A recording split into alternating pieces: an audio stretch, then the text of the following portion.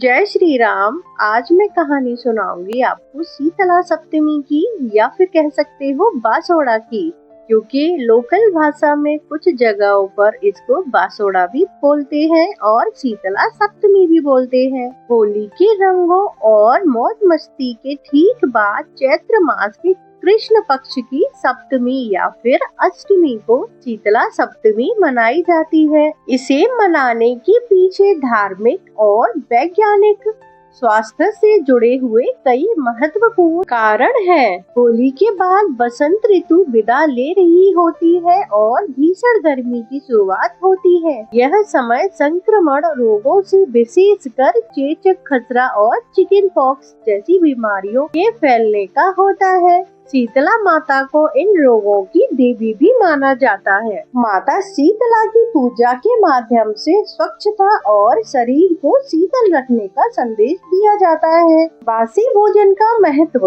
इस त्योहार की सबसे खास परंपरा यह है कि ठंडा भोजन करना। सप्तमी के एक दिन पहले यानी कि छठ को भोजन बनाकर रख लेना और अगले दिन उसे ही ग्रहण करना। वैज्ञानिक तर्क यह संदेश देता है कि अब गर्मी बढ़ चुकी है और अब से आगे बासी या रखा हुआ भोजन सेहत बिगाड़ सकता है, इसीलिए रखा हुआ भोजन नहीं खाना चाहिए। साल में एक बार प्रतीकात्मक रूप से बासी भोजन खाकर इस परंपरा को समाप्त कर दिया जाता है। इसके बाद से ताजा और सुपाच्य भोजन की सलाह दी जाती है। शीतला का प्रतीक। होली में हम लकड़ियाँ और उपले जलाकर होलिका दहन करते हैं, जो अग्नि और ताप का प्रतीक है। शीतला सप्तमी हमें सिखाती है कि जीवन में संतुलन कितना जरूरी है।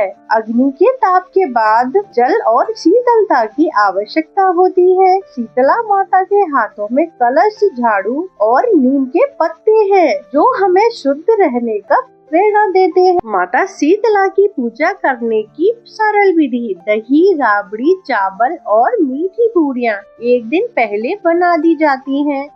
इस दिन घर में चूल्हा नहीं जलाया जाता। माता शीतला को ठंडी चीजें अर्पित करने से परिवार में सुख शांति रहती है और बीमारियां दूर भाग जाती है। राजस्थान और उत्तर भारत के कई हिस्सों में इसे बासोड़ा कहा जाता है, जिसका अर्थ ही है बासी भोजन से जुड़ा हुआ, यानी कि बासी भोजन। अगर आपको बासोड़ा की यानी कि शीतला सप्तमी की यह कहानी अच्छी लगी हो तो चैनल को सब्सक्राइब कर दो, वीडियो को लाइक कर दो, बेल आइकन ऑल पे दबा दो। मिलेंगे कल एक और कहानी में। तब तक के लिए शीतला सप्तमी की आपको हार्दिक शुभकामनाएं। जय श्री राम।